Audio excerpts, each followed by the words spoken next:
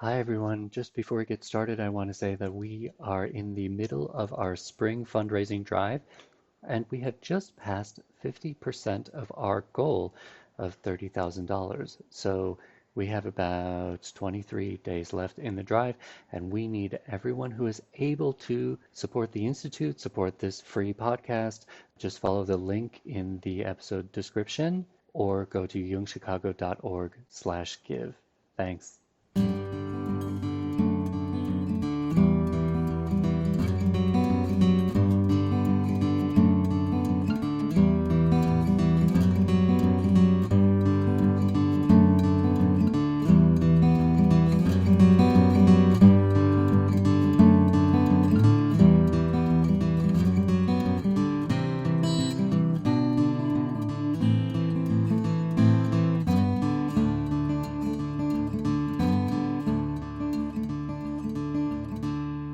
Welcome to the Jung Anthology podcast from the C.G. Jung Institute of Chicago. Healing Cinema, Tár. In this episode, Jungian Analyst Judith Cooper and Daniel Ross discuss Tár, the 2022 film written and directed by Todd Field. It stars Cate Blanchett as Lydia Tár, a renowned conductor who is accused of sexual misconduct. This episode is also a pilot of our transcription process, so for this episode, a transcript is available in HTML and PDF formats. This is a new thing for us. We're trying to make these episodes more accessible to people who use transcripts. If you have any feedback about the transcript, the way that it's done, or file types that you use, please email jungchicago.org. This is a new thing for us. We're kind of figuring it out as we go. So any help there is greatly appreciated. Again, we're in the middle of our spring fundraising drive. So if you can support this free podcast, then please do so. Any amount really helps. Thanks very much. And let's just jump right in. We're very excited to be back. Yeah. After some small hiatus of doing another podcast for healing cinema and applying Jung's theories to film. Mm-hmm. We're today talking about Tár, written, produced, and directed by Todd Field. For those of our listeners who don't already know, we are spoiler city here. We are we spoil. We don't mind spoiling to get to the deeper levels of the psychological meaning. So just to be aware of that. And as Dan has said on previous podcasts, you might want to see the film and then come back and listen. As we've just noted, we've seen the film multiple times because this film in particular, I'm not sure other films are like this, but it takes multiple viewings rather, to get at the multiple meanings. Mm-hmm. It's so rich, much like an important dream. It just keeps giving from a. It doesn't try to answer questions, and I've listened to interviews with Todd Fields, and he doesn't talk much, but when he does, I have the sense that he really wanted to bring out discussion and dialogue and thinking and kind of open things up. Just all of his choices. And this thing was, he hasn't, done a film in 13, 14 years or something like that. So a lot went into this, clearly. But it's interesting. He said he had the character before he decided the venue, the venue for it, right? Yeah, the setting for it, which is so interesting. It is. I agree. There's so many ambiguities that he leaves open questions that make it, I think, very, very attractive to people. It's, as much as everybody wants black and white certainty, this film is not going to give it to us, even though we can walk away thinking, this is what I think. This is, we can justify some of it, and hopefully we'll get into some of that. But it still leaves, and it is like he wants to trigger conversations and questions and discussion about these issues. So I have a summary. Should I read my summary?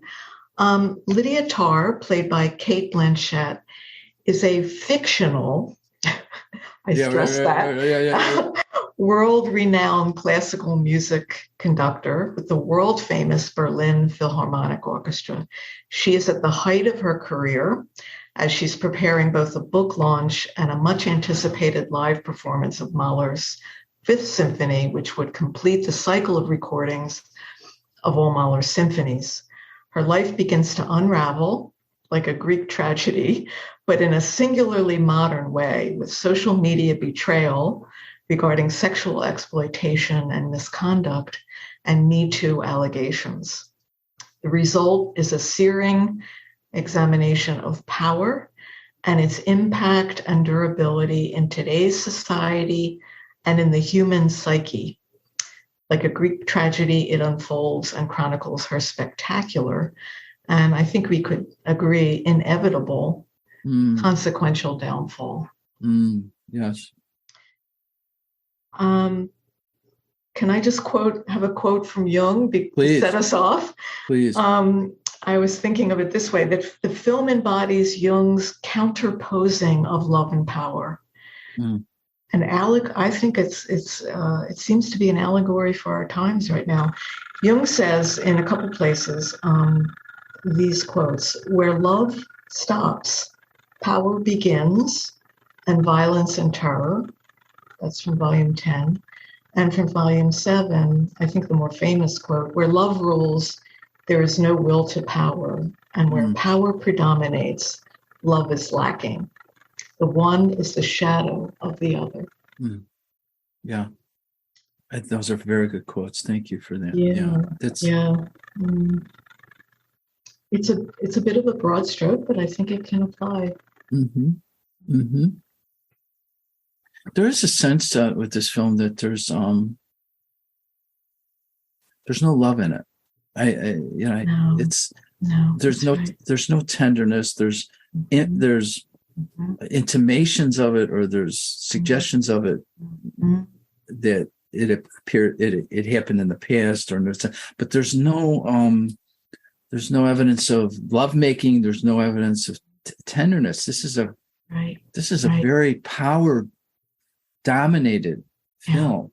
Yeah. There's no, and I would add, I agree fully. There's no vulnerability. There's no vulnerability, or there's some affection, there's some gestures of affection, but I think once you see the whole thing, they're with the way they're contextualized, and you start to, it almost starts to annoy. I was put off by some of her gestures of affection and seeming tenderness once you know the full story behind her, behind the character. It all seemed robotic, and the whole image of robot, right? Robotic. She's accusing everybody being robotic, right? She does accuse people of being robotic, which is so ironic. There's so much hypocrisy and irony in her projections. Right. She does seem very mechanical. In her bodily movements, which says a lot about what's inside her. And Dan and I agreed in a prior conversation that we were what seems to be the best way to proceed with this podcast is to try to do it chronologically.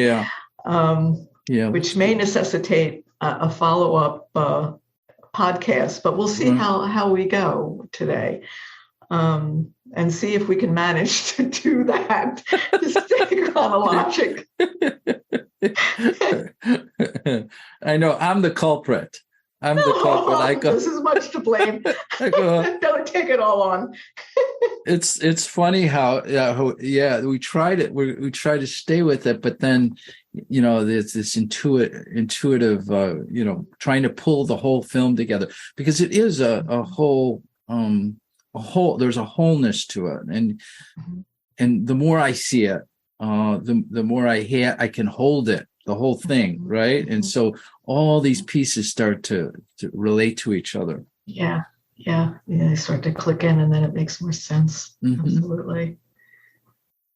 I think the fact that I wanted to emphasize that she was a fictional character is because that was a whole meme apparently online, that people began questioning whether she was real. Because so many of the name dropping in the film, I Googled like crazy, because there was some of these composers, especially the more, or conductors, some of the more recent modern ones I've not heard of. And so every name that they mention is a real conductor, a real composer, a real person, down to the interviewer, one of the beginning scenes, Adam Gopnik, he's a New Yorker writer, to this agency. Here I go, getting out of chronology. The agency that she goes to toward the end of the film, that's a real agency, CAMI. It's and that's a real Peruvian tribe that she studies with. I guess we could do a whole discussion about. It feels like a docudrama or something. It feels like not like a biopic, of a real person. So I'm not surprised that people started thinking, wait a minute, is this woman a real conductor? Yeah. Because the director surrounds her with reality, with real persons, which makes it all, I think, more grounded in the dynamics of the power that she's using. It just makes it just hits you in the face of how grounded and real that is. Yeah. Well, and it speaks to this general feeling I have that she is so one-sided in her investment in the collective, right? So if we take the collective as contemporary, as real, as made up of this business of music making, of symphonies, of history, tradition, and the kind of what that's out there, right? That's out there, and it's real, and it's documented, and so knows that. Right, knows that, well researched for this film, and then invents this fictional character and places it in there, and it's a character that's so invested in this collective business, right? Yes, that there's no personhood to her, there's no individuality to her. She's all of this world, that Fields constructs, right? That's a great point, because I hope we get into talking about that more, just the cult. It's almost like a cult. Certainly the culture of celebrity and fame and artistry. I mean, that the shadow side of that. Yeah. And how Field seems to want to expose both sides of that. How the artist gets caught, like Tár, and in the investment, it's a good word, total investment in that, of her image and her association with this world, and maybe even how the audience partakes of elevating that whole culture. So hopefully we'll get into that more, because it's an important point.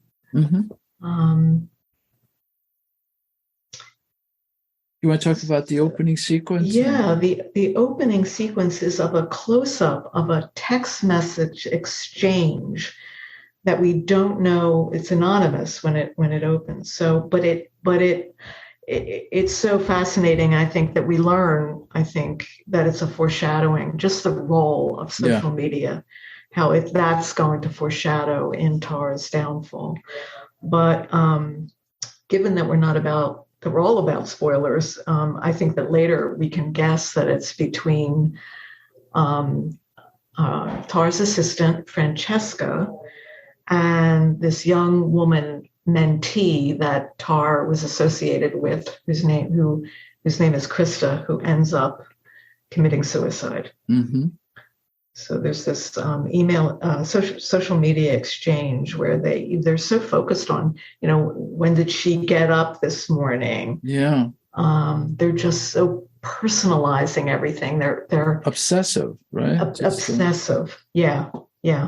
And so I think that sets the stage for this blurring of boundaries Mm-hmm. in their relationships, Mm-hmm. that there's a personal component to the professional Mm-hmm. Relationship. Even them bringing up her conscience, that's going to be a major thing, and then you still love her. Yeah. So we don't. Go ahead. There's just some ambiguity about the nature of the relationship. Did she have an affair with Francesco? And then Krista before that, perhaps, or was there something going on between the three of them? Just that statement. What time did you get up this morning? I wasn't with her. Our girl is an early riser, haunted. Our girl. Yeah. And I wasn't with her. What? She didn't sleep with her? And is that, there's all these intimations of something very intimate, but there's nothing in the film that can tell us definitively that there are these sexual relationships going on. You know what I mean? Right. Yeah, I would. I think that there's enough hints in the aggregate to make an. I have of the mind that there was. Yeah. But yeah, you're right. It is so ambiguous. The fact that they even use the word haunted. I think Todd Field, the director, drops these hints in beautifully, because being haunted is such a theme of the film. Lydia Tár is haunted, and we're going to get to, I think, in the various ways. Ways, yeah. Mm-hmm. Yeah. And on first viewing, you don't know what that's about. You don't even take it in, like what's being said, or it's just so quick and confusing. But that's okay. And then the credits, a lot of the production credits are at the beginning of the film, which Field has said in an interview that he wants to, he's interested in the lines of power and what enables it and what benefits, what benefits do they get from the people in power. But it's almost like he's acknowledging that this is a group effort. Yeah. He wrote the script, he produced it, directed it. However, there's a whole boatload of people that have contributed.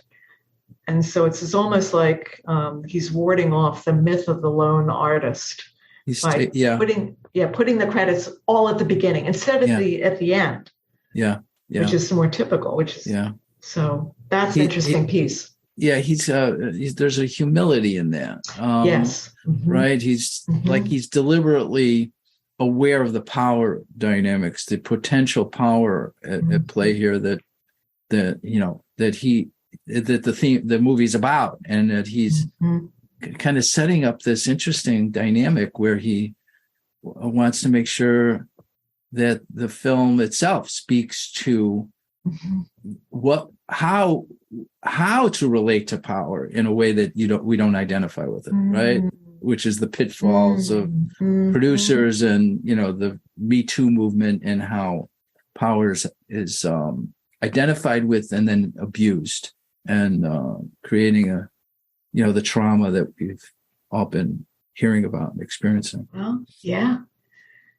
Well, that says it all. I think we're done. I mean, to identify it and then see how it's abused. Yeah. That is the major. That is a theme of the movie. So that's a great way of putting it. Yeah. Yeah. So then we go to this opening shot, which I think is like a minute long. Yeah. We see Tár backstage, waiting to go on what we'll know is this interview at the New Yorker Festival with the New Yorker writer Adam Gopnik.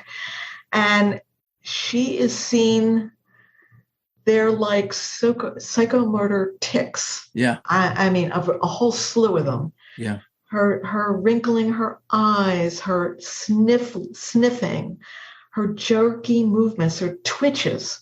It's almost like she has Tourette's, Yeah. And they're so bizarre.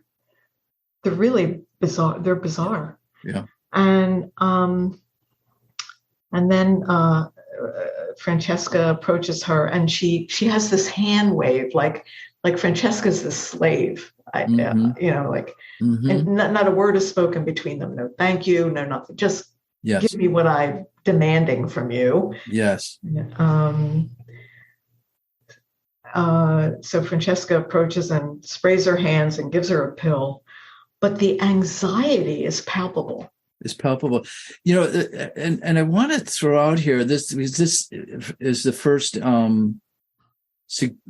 here it's a suggestion. We don't know what the pill is, but later on we find out it's that throughout this film the medication metoprolol is not only being used by her wife Sharon, and there's something going on between her taking her pills with her, but how often she's taking this, and it's a beta blocker, and so it's for anxiety, but it's an interesting choice of a pill to use for film if it's just an anxiety. You know what I mean? I was thinking about what is this beta blocker about, because he's inserted it in the film, and it's become now part of, it's not just a one-time thing, it's throughout. Right. And it's just interesting. And when you talk about the tics, which I think are more an indication of her anxiety, right? And perhaps an indication of her anxious relationship to the world, right? Oh, for sure. Which is in contrast to this polished persona that she presents with Adam Gopnik in this interview, right? It's like, absolutely, wow, opposite. what a contrast, right? Right. And these tics they're almost like she's warding off some superstitious fears. Yeah. They is she some kind of there's a perfectionism there, or is she battling imposter syndrome?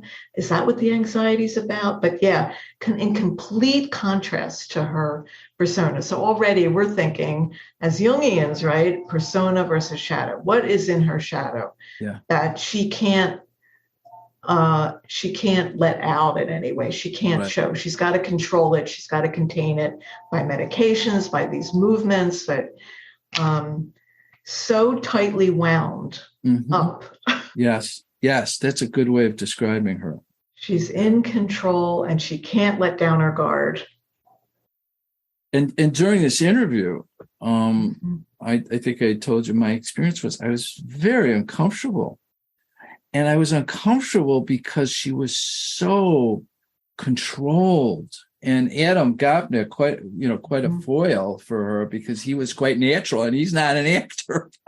It was like, boy, he's acting better than she is. But no, he's just being himself, and she's acting, right? Because she was so controlled. I was uncomfortable. I don't know if you experienced that. No, not the first time. The first time I was wowed.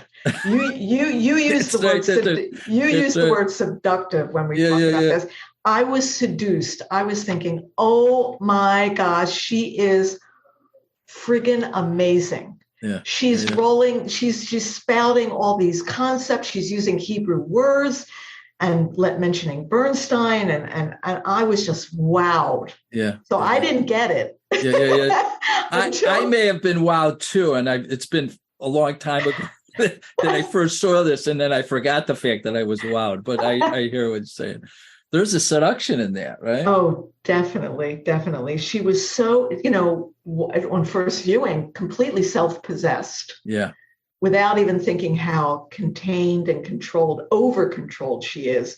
In fact, on rewatching it again, Gopnik starts off and says, I couldn't help, the first thing he says is, I couldn't help but see you flinch. Is it because I left something out of your resume?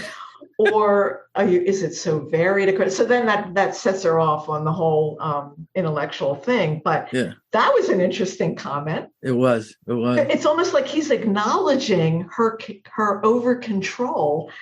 And he saw a flicker of a tic. And he wanted to bring it into the conversation.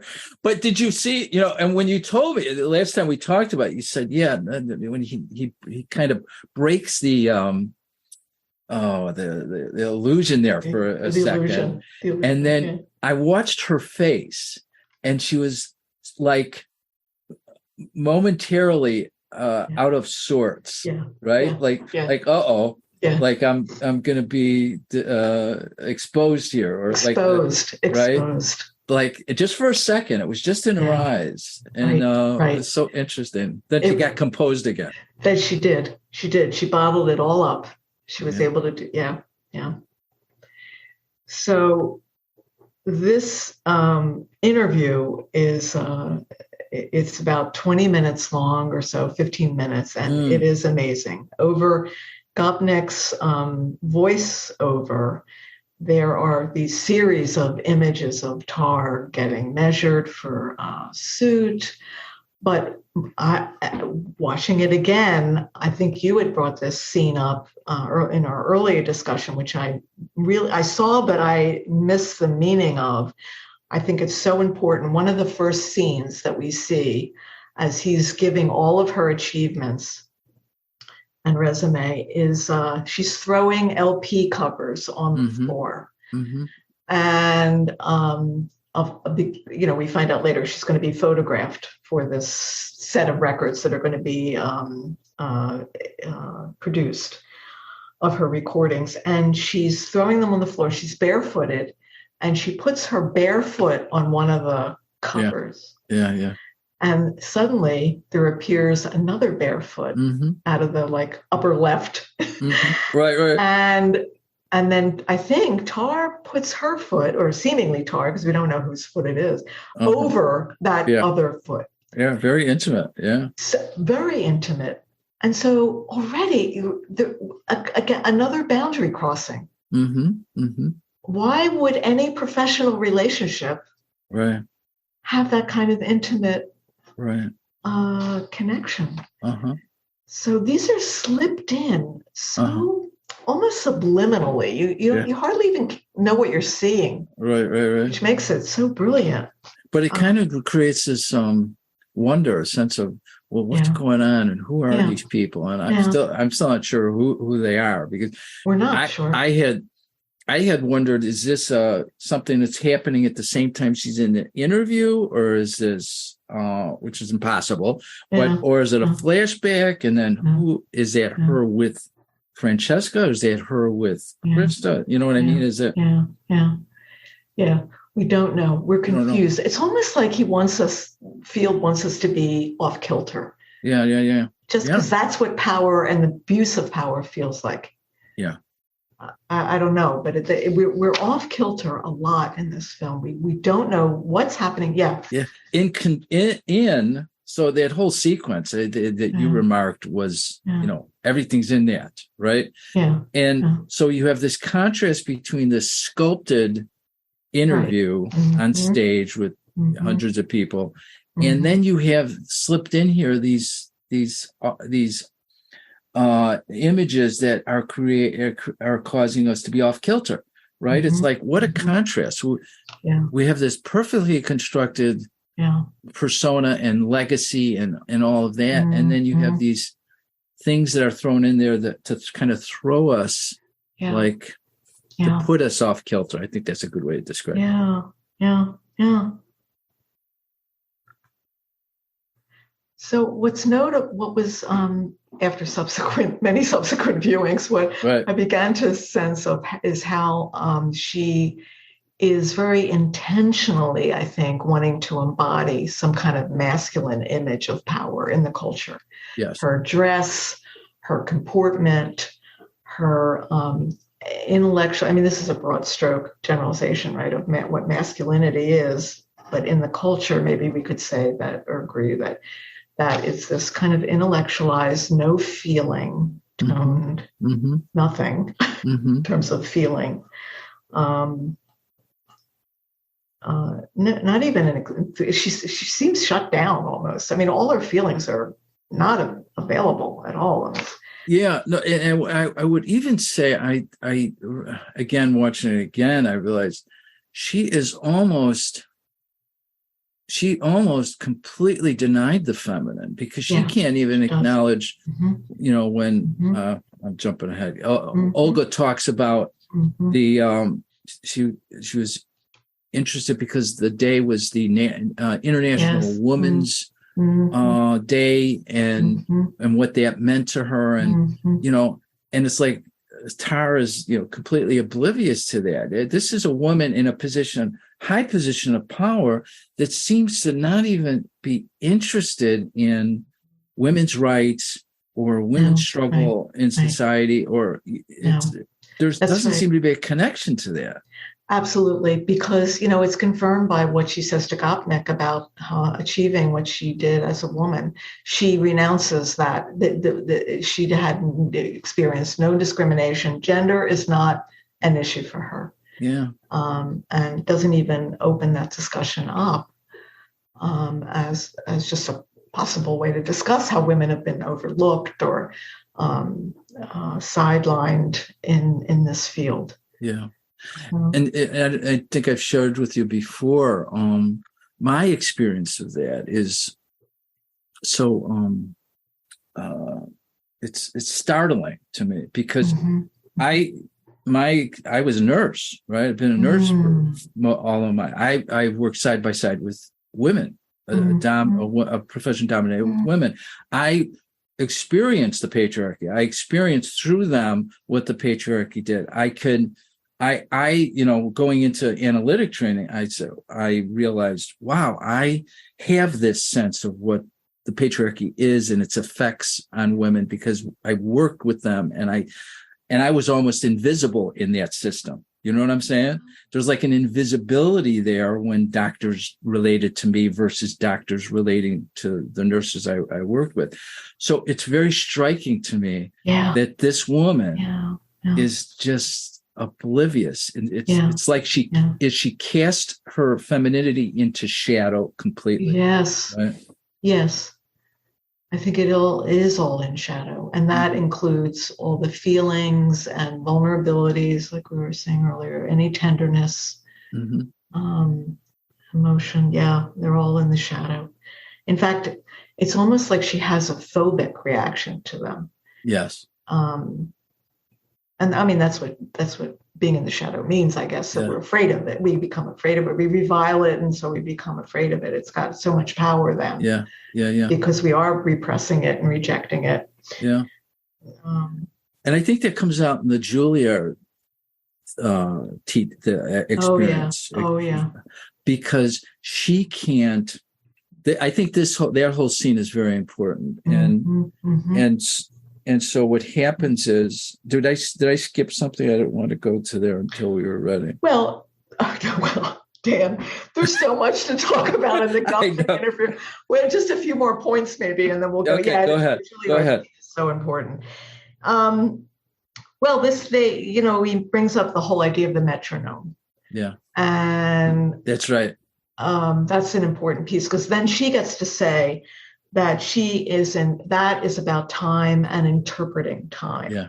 And she makes this very godlike pronunciation that she can stop time. Yes. And it's almost laughable of her. I mean, I feel... But she's so serious about it when she says it. She is. We can talk later, hopefully, about whether we have sympathy for her or not. But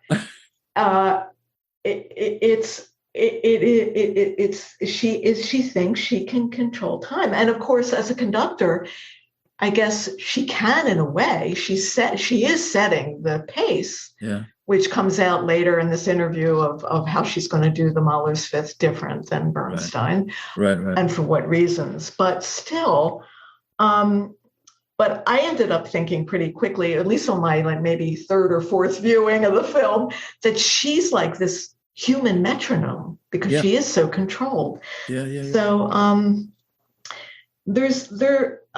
so maybe I'll bring this point in now, because this is a late to this film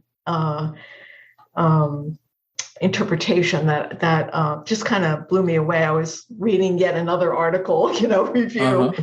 Actually, the British writer Zadie Smith, she reviewed the film, and she made this point that completely blindsided me. I just hadn't put this together, and I think maybe you haven't. You in our subsequent previous discussions have brought this in. Tár is having a midlife crisis. Yeah. Okay. Yeah. It's a midlife crisis. So of course she's going to be attracted to the whole idea of time and stopping time. Yeah. And she's also, the point you made earlier in an earlier discussion was about all the synchronicities. We're jumping ahead, of course, but all the synchronicities that happen in the film are about death. Yeah. And that fits right in, Dan, with this. She's having a midlife crisis. Yeah. We know when she was born because I think it was part of the Wikipedia shot, in one of the subsequent shots. So we know she's like in her 50s or turning 50. Yeah. So she needs to stop time because that's what she's faced with. And I think that her attraction to yet another young woman is about her. It's not just about, it is about the youth, maybe of these younger women that she's attracted to, but also maybe, I'm getting ahead of myself too, but maybe an enviousness of their talent because she's getting old and she's got to, she sees them as threats to her career. Yeah, no, I think that's great.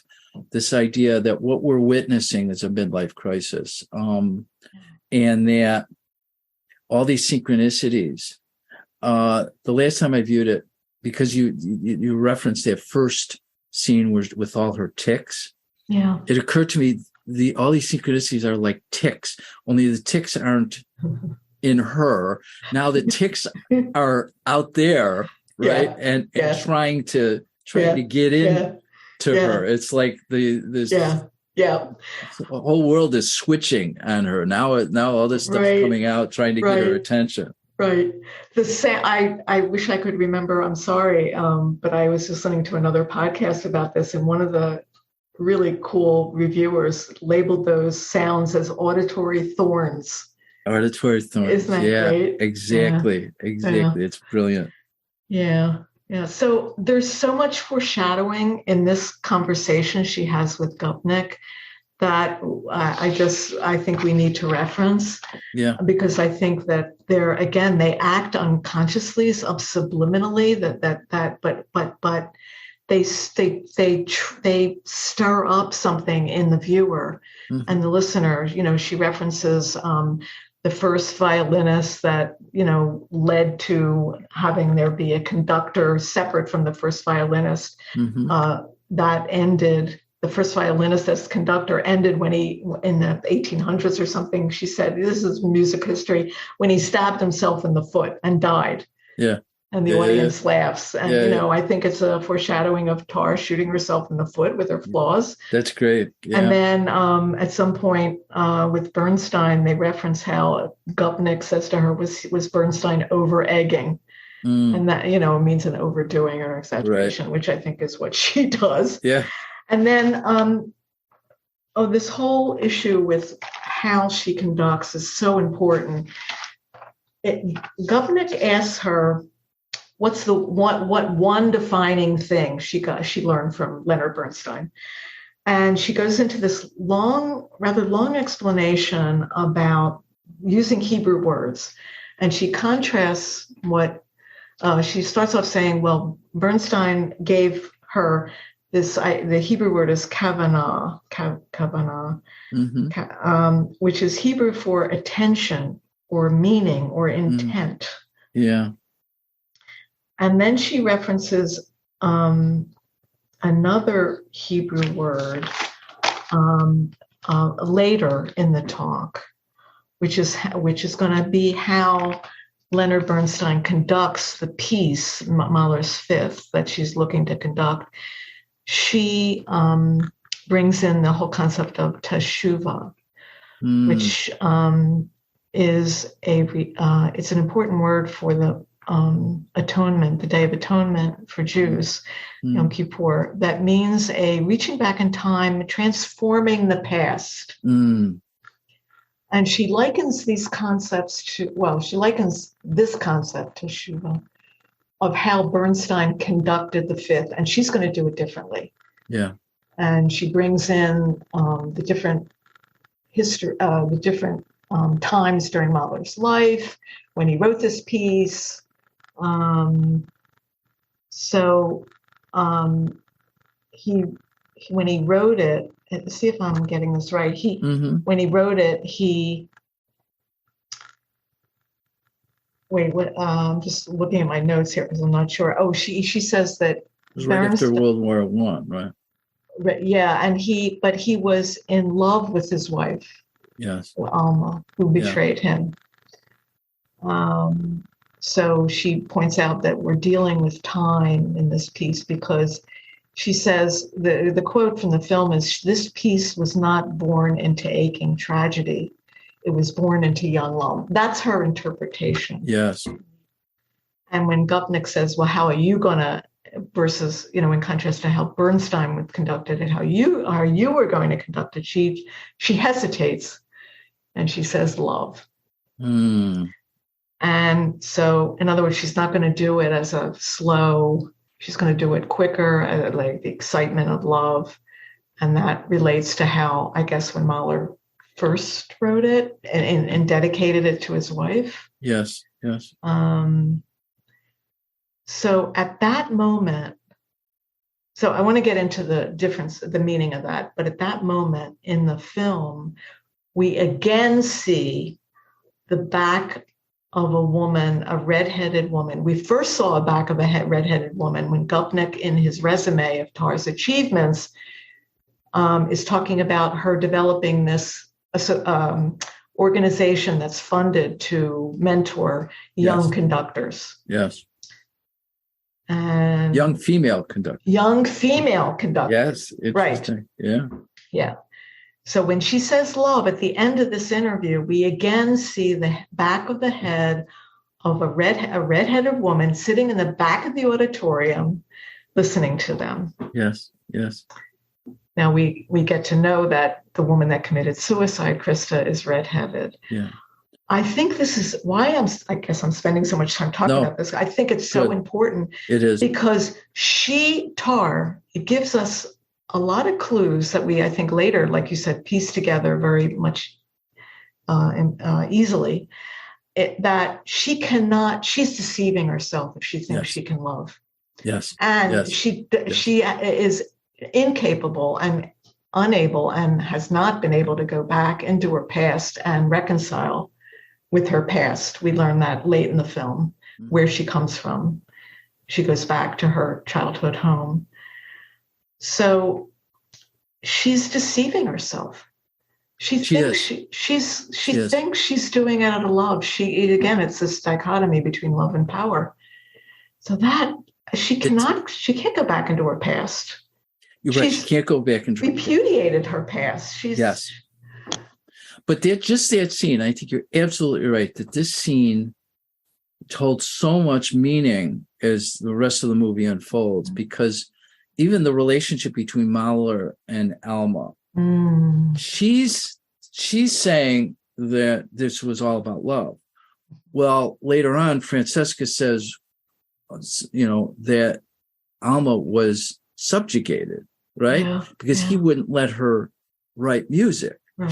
She was a composer. Yeah. And that's not in Lydia's version of this whole thing, of this fifth. That how she can talk about it in terms of he wrote this and dedicated it to her, and they had this loving relationship. But what about the shadow of the subjugation of the and she says she betrayed him, and Francesca disagreed with her, right? Because is it really a betrayal if the first betrayal happened when he denied her autonomy, denied her art, right? That was the first wounding, right? Yes. Yeah. And so she's in complete denial about that. So you're absolutely right. This whole thing about love is a seduction, because then the next scene we see somebody that saw her interview. Oh, right? Yeah. There was interview was talking to her, and there was this flirtation going back and forth, right? Yeah. That goes right into the next scene. But yeah, that I'm so glad you're bringing in that subsequent, not too far along, where Francesca calls her on that with Mahler, because we see how, despite Francesca being so subservient to her, she does pop up every once in a while and say, no, that's not the way it goes. Yeah. And so then we learn, of course, that Francesca leaves the fold and betrays Tár late in the film. But yeah, there's some autonomy there with Francesca as much as she is subservient and being treated like a servant. She's treated like a servant. She's muted and she's put down, and she's treated terribly by Lydia. She is. Yeah. And of course denied a position that she wanted, which we'll get into later. Yeah. So the next scene is this really rather effusive female fan who's admiring, and it's kind of embarrassing to watch this woman be so fawning, isn't it? Oh yeah. And Francesca was appropriately irritated on the wings there, watching this go on, scoffing and irritated like crazy. Yeah, she's just. And we should point out that during the Gupnik interview, I think we mentioned that during the Gupnik interview, we see Francesca mouthing the words. So all of this is she wrote rehearsed. That whole thing. Yeah, she wrote it. Tár wrote it. She knows it well. It's just trotted out, for her introductions. Yeah. So maybe the scene with this fan. I mean, it's like a few minutes long. It's not very long, but there's something about the cult of celebrity that gets exacerbated if the artist is like you said, not aware of the power of that seduction, because it must be seductive to an artist to have all these people clapping all the time for them, and it goes to your head and makes you inflated. But then what they talk about is also very telling, because this woman asks her, do you ever find yourself overwhelmed with emotion on the podium? She wants to know Tár's feeling as well, instead of just this rote mechanical. And then Tár responds by saying, oh yeah, when I conducted Rites of Spring, that's when I realized that we're all capable of murder. Which with the pistol shot or something. And I thought, another foreshadowing. Because there's all these scenes, just a few, not all, a couple scenes throughout the film where you see Tár boxing. She's like full of rage. Full of rage. So that's a good association there. That another foreshadowing. There's all these little foreshadowings that are going on. And then she has and why that emotion, right? Of all the possible emotions that she could be experiencing. Right. Of course. I mean, Dan, I just went to the CSO, the Chicago Symphony, last week and heard Rachmaninoff's Third, and it was incredible. I have been in this high with feelings of oneness for the world, because it was a transcendent experience. And that's what music can do. And that's what, in this film, we learned that she learned from Bernstein, which she cannot do. Tár cannot get there, unfortunately. And then if that's not enough to give us some hints about this character of Tár, even before the Juilliard masterclass, there's a scene, a luncheon meeting with her colleague with whom she started this foundation, Elliot, another conductor. And they have this discussion that also drops another huge hint about Krista, because Tár says something about, let's open up the fellowship to just not women. Let's open it up to men. And she says to Elliot, we've had no trouble placing any of the students. And Elliot in response says, well, yeah, but except one. And that's Krista. And they don't even say her name. Tár right away says she had issues. And then Elliot comes back and says, oh, yeah, it comes up in every, what he said, Citibank meeting with her father. So we don't know what that means exactly, but that was another foreshadowing of how it's going to unfold with Krista. And then during the course of that meeting, she calls Elliot, you don't want to be a robot. Yes. Yeah. And then there's this whole, just again, 2-second interaction where Tár says to him, there's a man at the next table. I thought at first he was looking at me, but he's really looking at you. Do you want me to leave and have you set up some rendezvous or something? And he says, no, please don't. But she's so disdainful of Elliot. She's so putting him down, condescending. She's so caught up again with her image. People are looking at her. She's got that look at me complex that indicates an inflated persona. Inflated.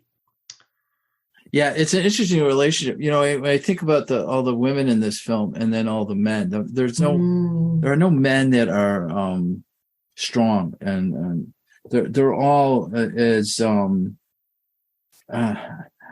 as obsessed and hierarchical, and there's no strong man in this film. There's a strong masculine. Do you know what I mean? I think you're right. They're also intimidated by her. She's intimidating, and probably maybe toward men most of all. Mm-hmm. Like that whole scene with Sebastian where, she tells him, you're out.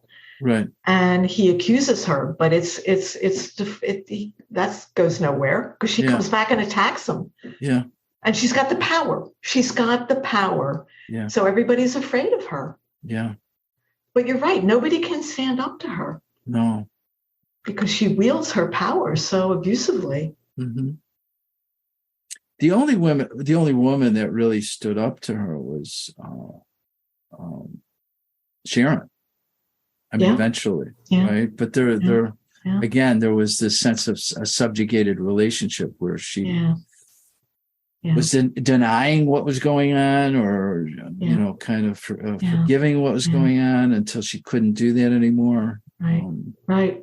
She put up with it. Yeah, the feeling is she put up with it, or just late in the game became more aware of it. Like there's a scene later with Olga where she catches the tenderness between them, and she's my fantasy is she's in her head going, "Oh, here we go again." Here we go again. Yeah. She really catches those glances. Right. But going back to something you said before, the subjugation is it also includes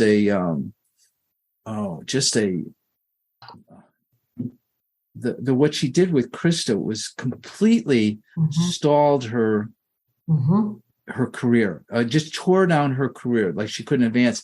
And you said something interesting earlier, that her relationship to the young feminine was included not only this seduction or this attraction, but also this need to shut it down.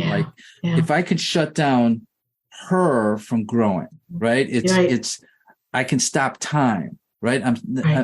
I can't, unconsciously, because I can't stop myself from growing, right? So I'm going to project it out there. I'm going to keep these women from growing, right? Francesca is kept from growing. Krista was kept from growing.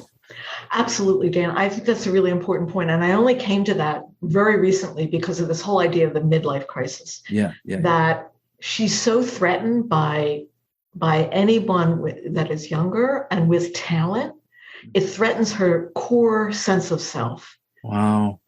Don't you think? I mean, No, I should say, I'm thinking Aphrodite with Psyche, this, this threatening, the queen, mirror on the wall. Right. The threat of the young feminine.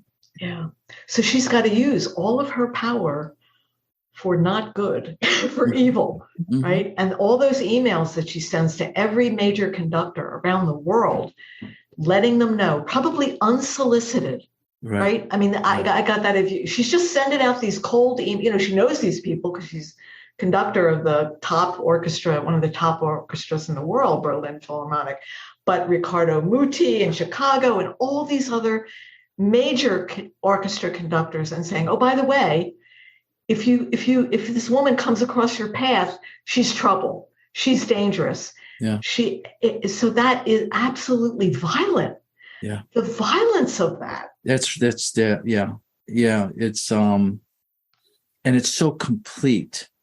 Yeah. It's so complete. Final. It's final. She's got the word. She has power. She can do it. So she does it. Right. No thought of what that might mean. Yeah. And she does it. So we can see that kind of in retrospect with the emails and, how this all happened. But we can see it in present time with Francesca, how she shuts her down, right? Ultimately, keeping her from a position that she was in line for, right? That she was apprenticing for. Right. And then denied to her. Why? No good reason. Not you would enough think, experience. she starts this program to get young women involved to help them grow and help them in this hierarchical system, right? Right. And then she shuts these women down. It's so paradoxical. It is. Well, not when you look at the shadow stuff, I guess, right? Right. Not when you incorporate that Neumann's new ethic of incorporating the shadow. Yeah. Then it makes perfect sense. Unfortunately, I'm not condoning it at all. It's it makes sense given Tár's inability to mentor these women in a way that is not, that wouldn't be threatening to her. Yeah. It is paradoxical because she started this whole organization, like you said. That's right. Yeah. To advance them in ways, to help them advance. Yeah. Like she had this passion at some point. Where, she could see the need for women to have this, have these opportunities but then lost it. Like she over-identified with the power and got lost somewhere. Yeah. And there again, the what we're saying about the renunciation of the feminine, it was there. Yeah. But she's at some point she can't acknowledge it. She started this organization in an acknowledgement of that difficulty moving forward as women. Yeah.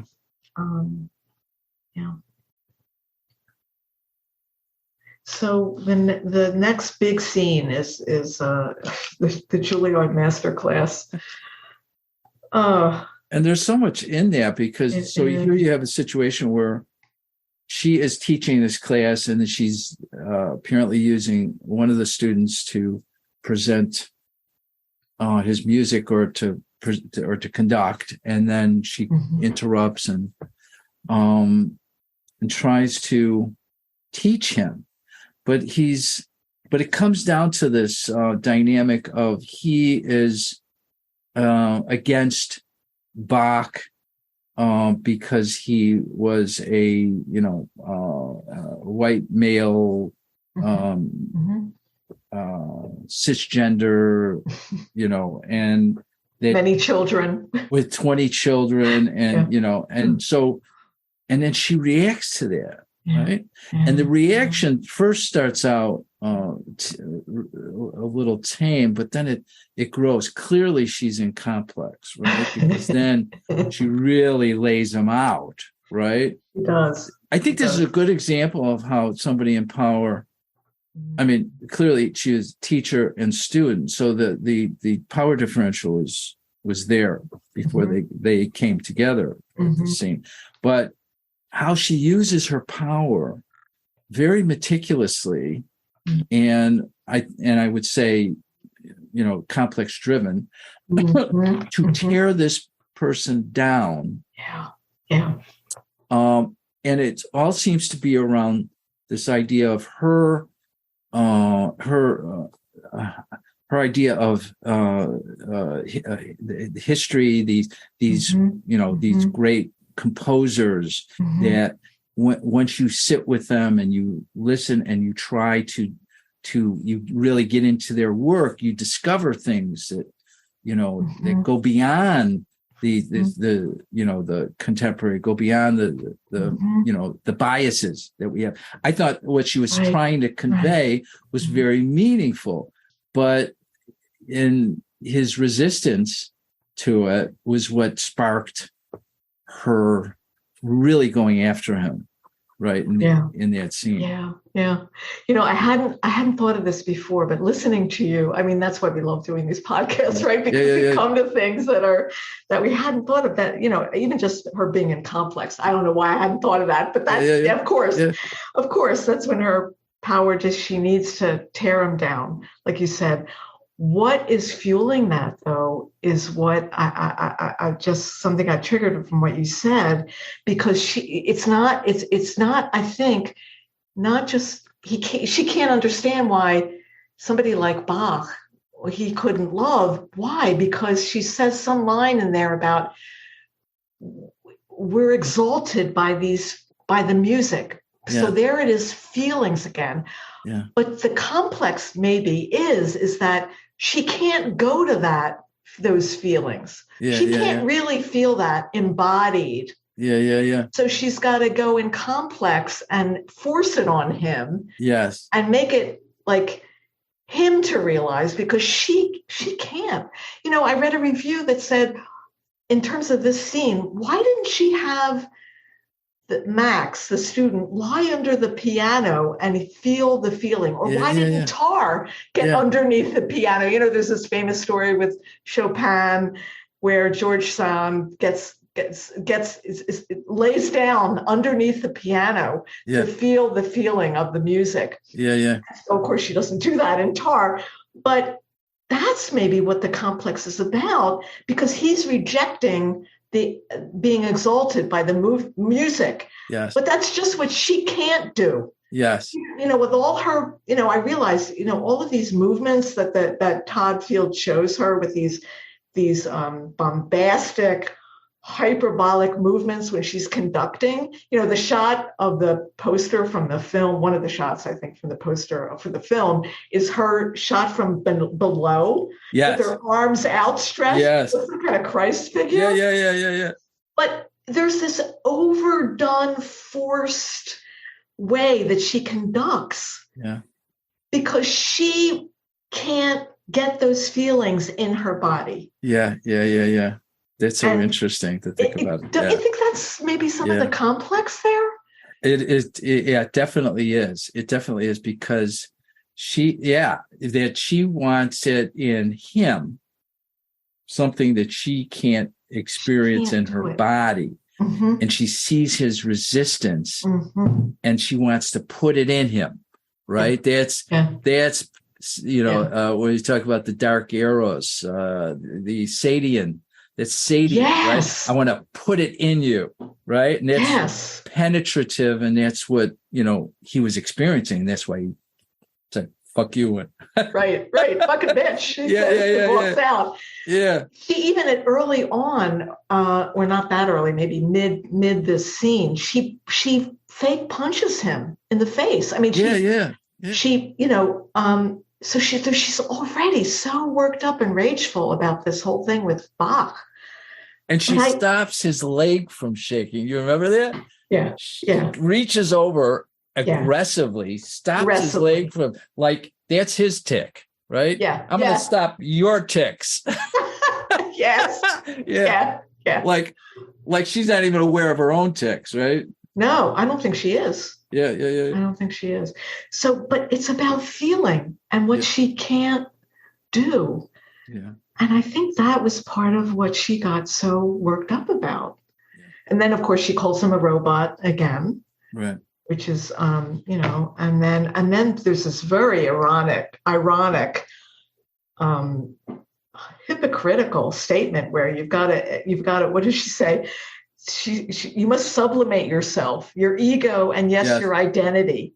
You must stand in front of the public and God and obliterate yourself. Well, that's exactly what she does not do. She can't do that. She can't do that. And how she has that awareness, I'm going, wow, she would be great in analytic training, right? That's what we had to learn, right? We got to obliterate ourselves. Absolutely.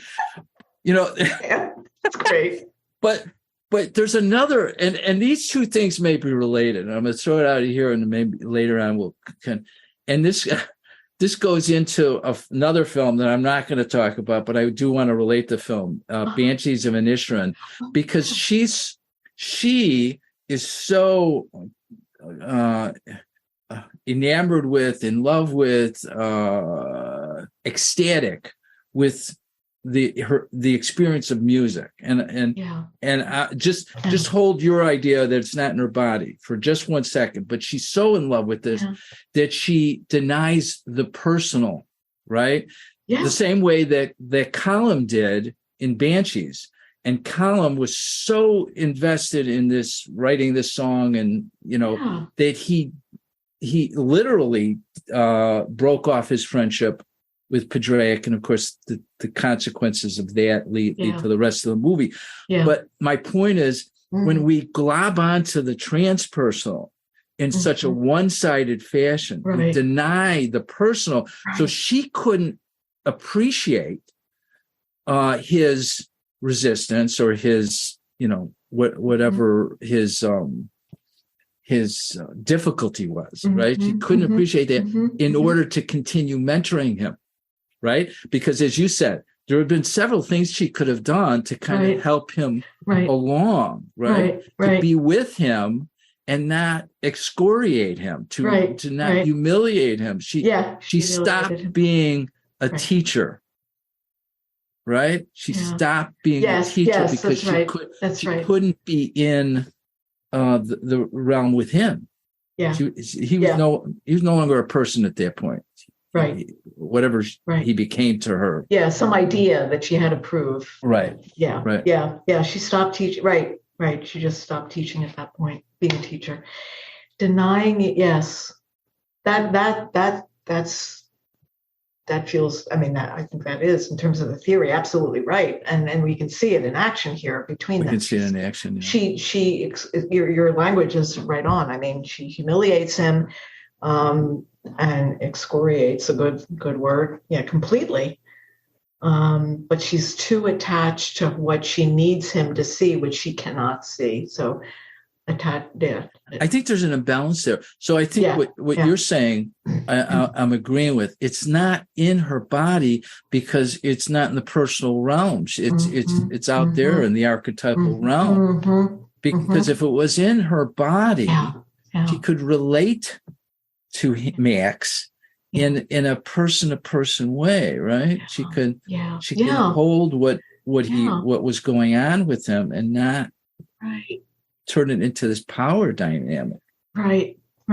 Yeah.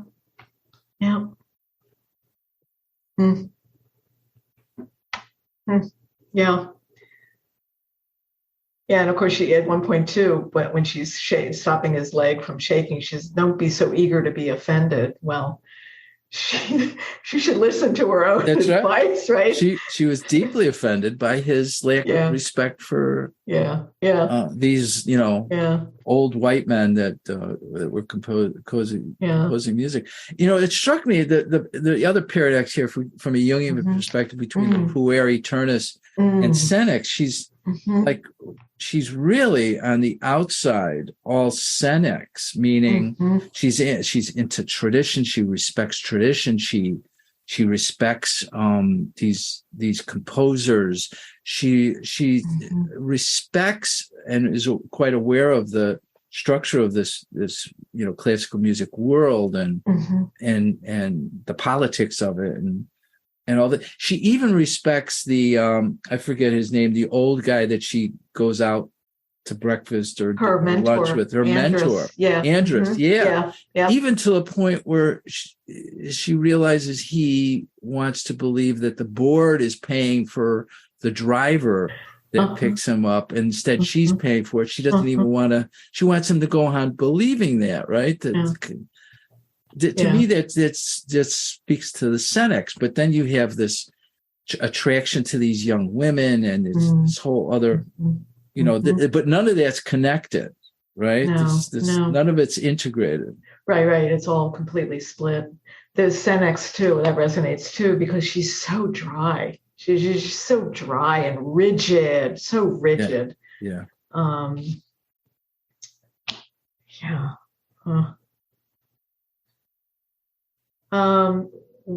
Should we continue, Dan, or should we break this up? No, let's go a little longer and then. Yeah, let's see. Okay. Yeah. Maybe because some of this stuff is going to be repeated, but we can maybe stress some themes that we're talking about here. Yeah. The theme. Well, I want to point out too that in terms of her inflation, she's. What other archetypes would you say that she's the inflation is about? Because what I think I said to you earlier, and in one of our previous conversations, she seems to be possessed by the archetype of genius and greatness, and that and specialness, and she's got this insatiable hunger to maintain that level of. It's like part of that may be like immortality. Immortality. So maybe fear of death is in there because she's so rigid around protecting that. Do you think there's other archetypes involved with? It seems like that's the primary. The immortality is really interesting here because more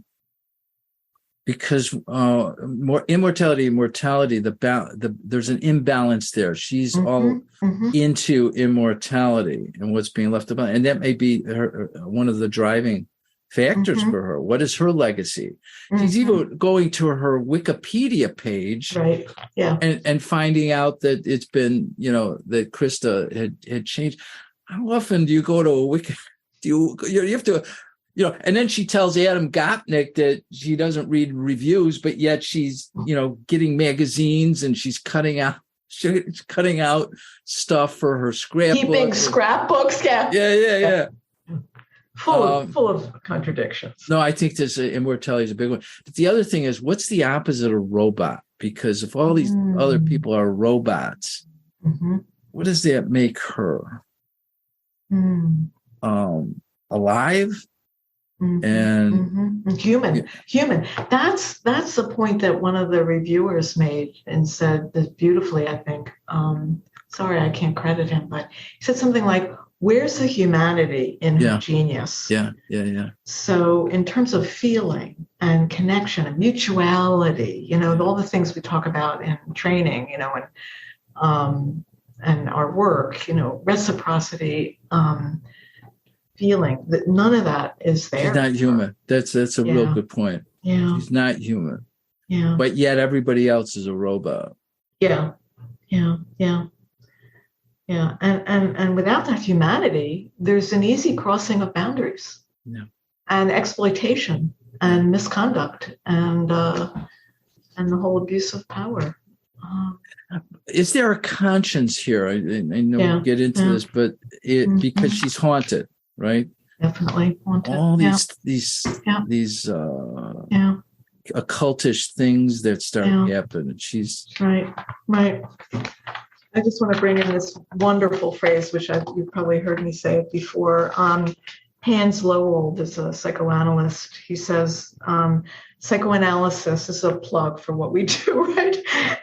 In terms of this film, psychoanalysis changes ghosts who haunt us into ancestors we can love. Oh, wow. And she's really definitely haunted. To that. She's haunted. Yeah. It's really a horror movie of haunting.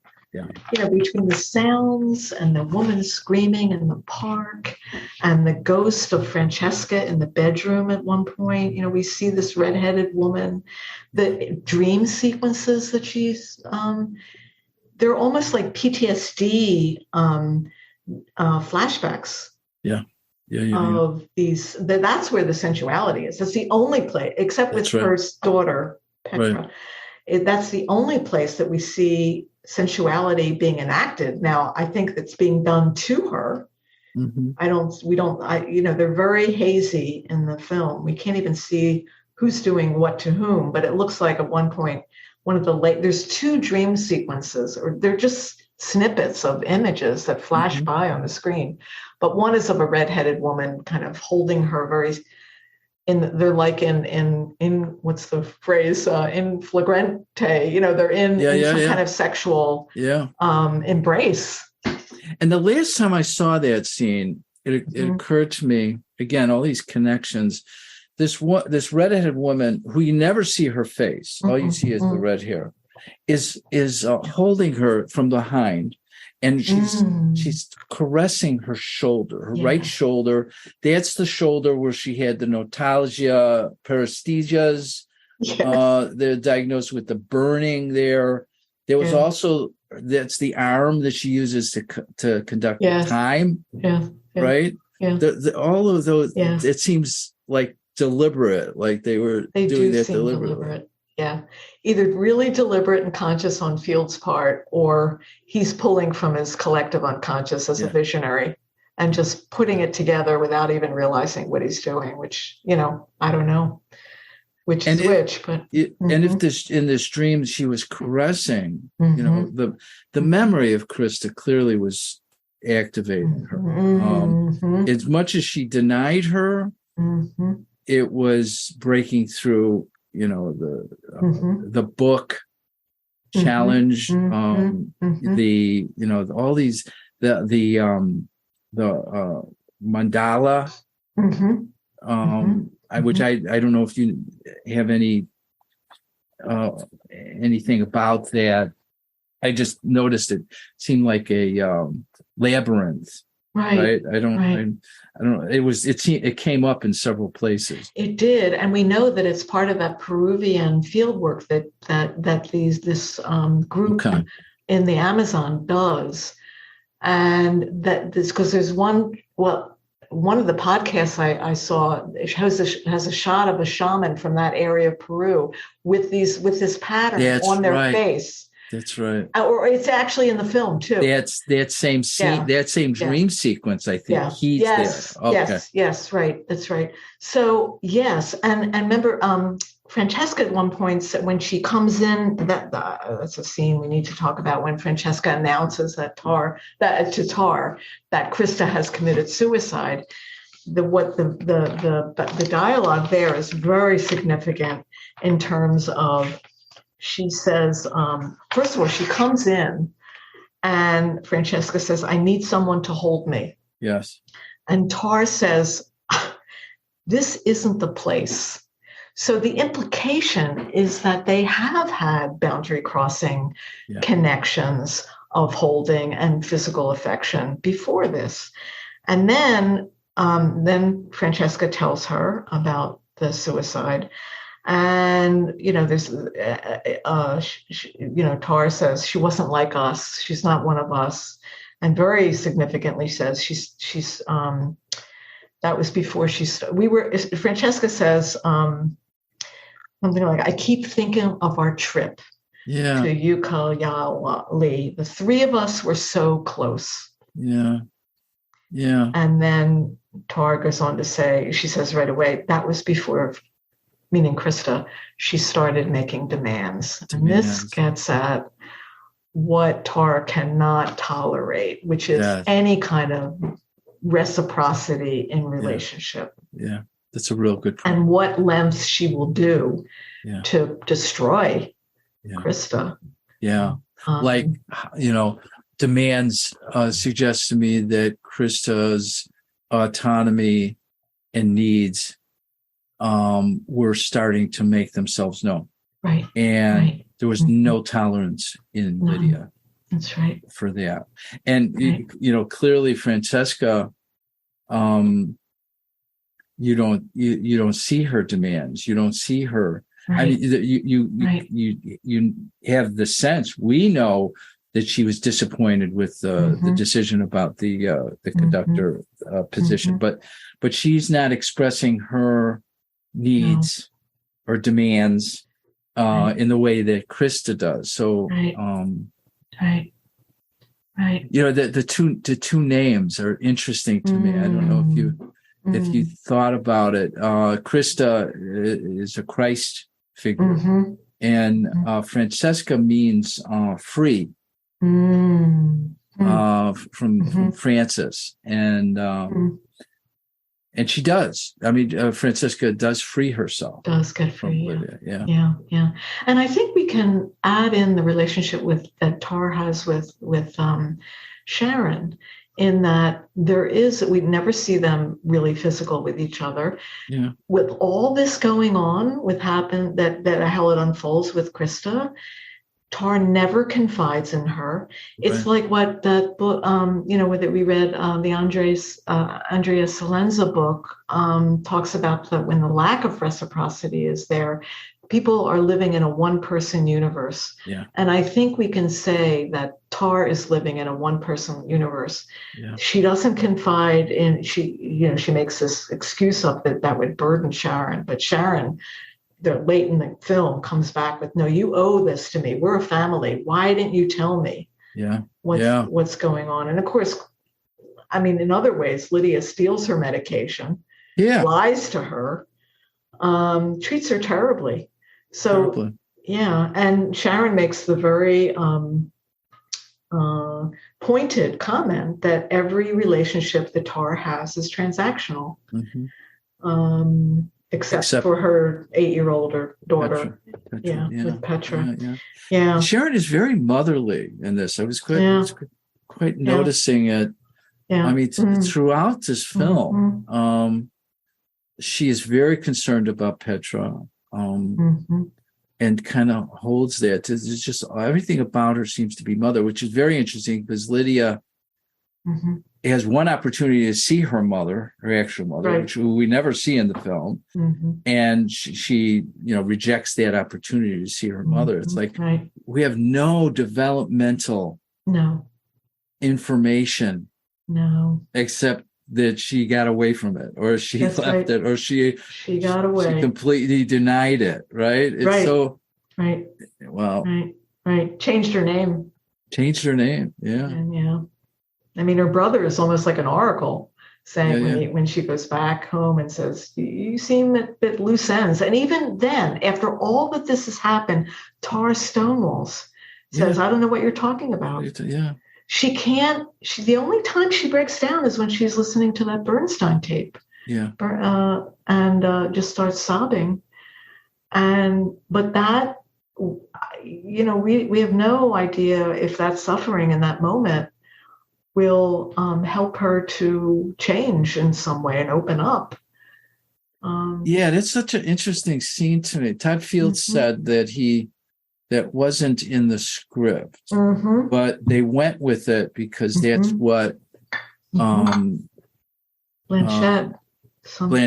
that's what she felt in that moment. He felt that was important then to include that because he strikes me as Mike Nichols. He's very open to what happens in the moment, right? Capturing things that evolve from the setup, right? That he didn't plan. It's very interesting. It is, and that the actors themselves can contribute to the whole unfolding in the script and the way it is filmed. Yeah.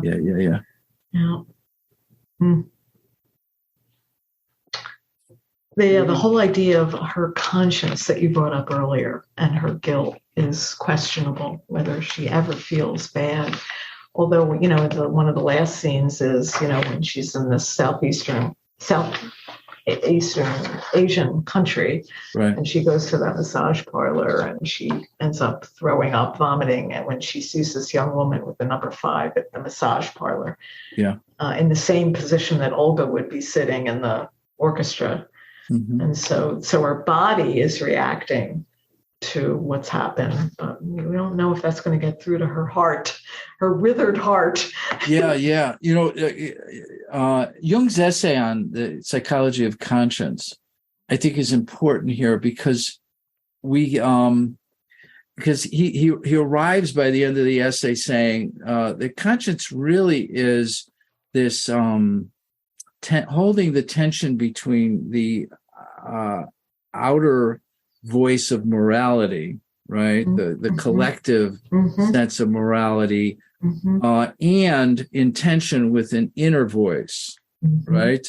The de voce, the voice, this inner voice, which is our inner law, right? Yeah. She doesn't have that, because everything to me is out there, the outer morality. And so, she there's no interiorness to her. I mean, use a cowshed term. There's no interiorness to her. Right. And I think in that same essay, now you're reminding me that he talks about when you begin to have a conscience, you begin to feel a conflict of duty, I think, or is that the language I think he said? And that leads to the shadow. Yes. And that's just what she is cut off from. Yeah.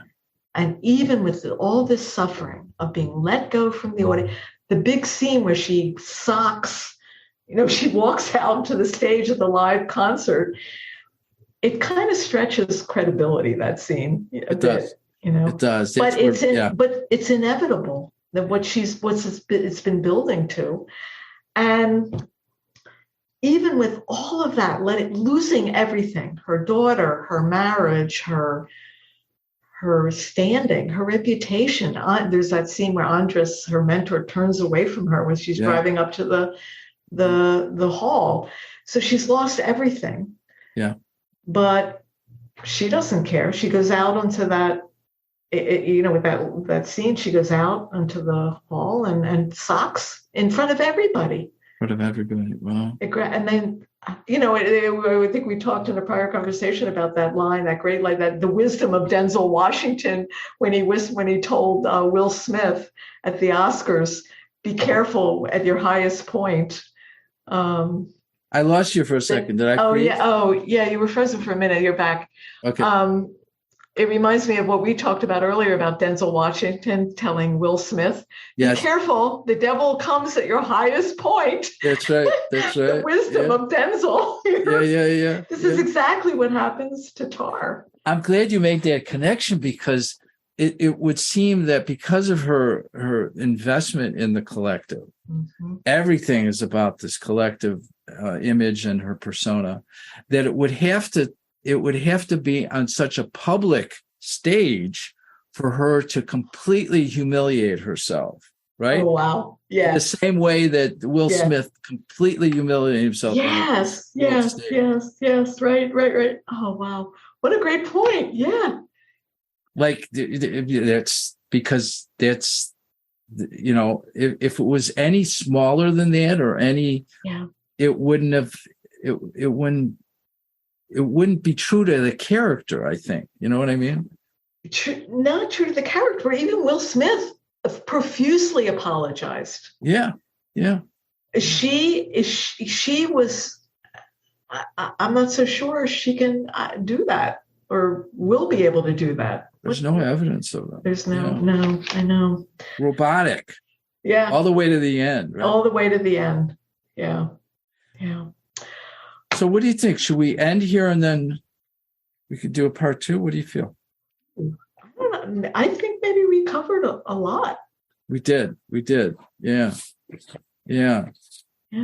We could talk about this forever, because there's all these images that he comes up with. The dream sequence with the fire and she's on the bed and the snake is going to. What did you make of that? Well, I think it's important maybe that it is in that setting of the Amazon. Where they were all together. But that's her rage. I think that's her uncontained rage. It's actually she's self-emulating. What's emulating where you set yourself on fire? Yeah. She's setting her. And her unconscious knows that with this image, right? She's setting herself. She's imploding. Yes. She's imploding with fire. Yes. And that may be the rage. That's the rage. It could also be passion. because, we were talking about how disembodied she is. Mm-hmm. And, the snake, I was wondering if the snake was the instincts, her embodied mm-hmm. instincts that are, mm-hmm. Coming for her just as this fire starts in her. Is interesting. Very interesting image. Yeah, especially because for Jung in the Red Book, snakes are healing. Yes. They're all over the Red Book. Well, we didn't even mention the descent to the underworld in Olga's apartment building. Yeah. And how even that didn't wake her up. Right. She says she comes back to the orchestra saying, "Oh, you should have seen the other guy." She has no vulnerability to admit that. There's already sequence of actions that are her downfall, but that symbolic and literal face plant in the concrete where she falls on the steps of being in the underworld and in that basement of Olga's apartment. And the black dog and, it's a wonderful image of, black dog is an image of depression. Yeah. Churchill called his depression a black dog. And you're right. She's not changed by it. It doesn't make her even stop and think. Well, she goes from one light to the next, mm-hmm. and continuing to massage this persona, mm-hmm. even as it's dying, even mm-hmm. as this persona is completely mm-hmm. dissolving. Mm-hmm. She's trying to keep it going. Right. Yeah. Yeah. She would probably never decide to go into analysis. Yeah. No, why would she be too rigid? Yeah. That's true for a lot of narcissists, right? That malignant narcissist, why would they? There's nothing wrong with them. It's everybody else. Mm-hmm. The waste of talent, It really was, right? And I think we talked about it, but I wanted to get your take.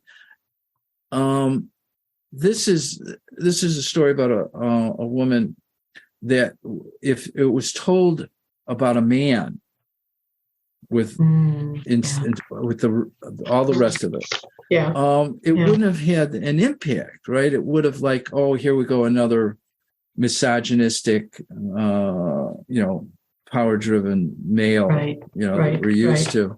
Right. And I thought it was brilliant to switch it, because by switching it, we can relate to the story without the baggage of all that, the gender that stuff. Contemporary stuff. You see what I mean? We can relate to it in a more raw and meaningful way. Yeah, I agree, Dan. I know some people are having problems with that gender flip, but I think it is brilliant too, because then women can be predatory geniuses too. And it focuses away from the gender to the power dynamics in and of themselves. Mm-hmm. Everyone is capable, male, men and women, trans, whatever gender, capable of these dynamics. Yes. And I think that maybe that was Tár's, Field, the director's view of that. And I think it's a really inspirational kind of kind of take on it. I think we still have a lot of work to do around gender, of course. We do. But that doesn't take away all of that.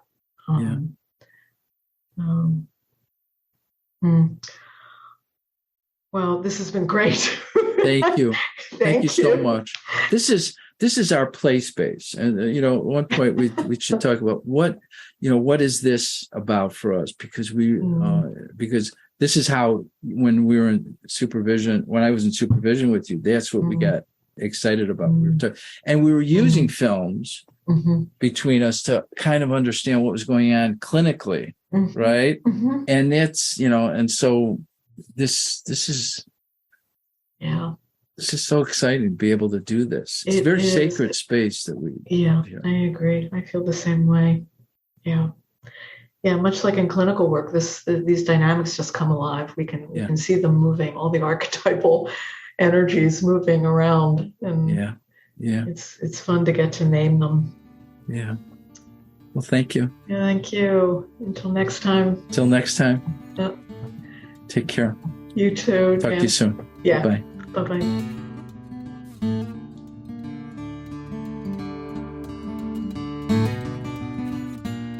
Thanks for listening. If you'd like more information about training programs, live and self-study courses, archives, this podcast, our blog, or to find Jungian Analysts near you, visit our website, jungchicago.org.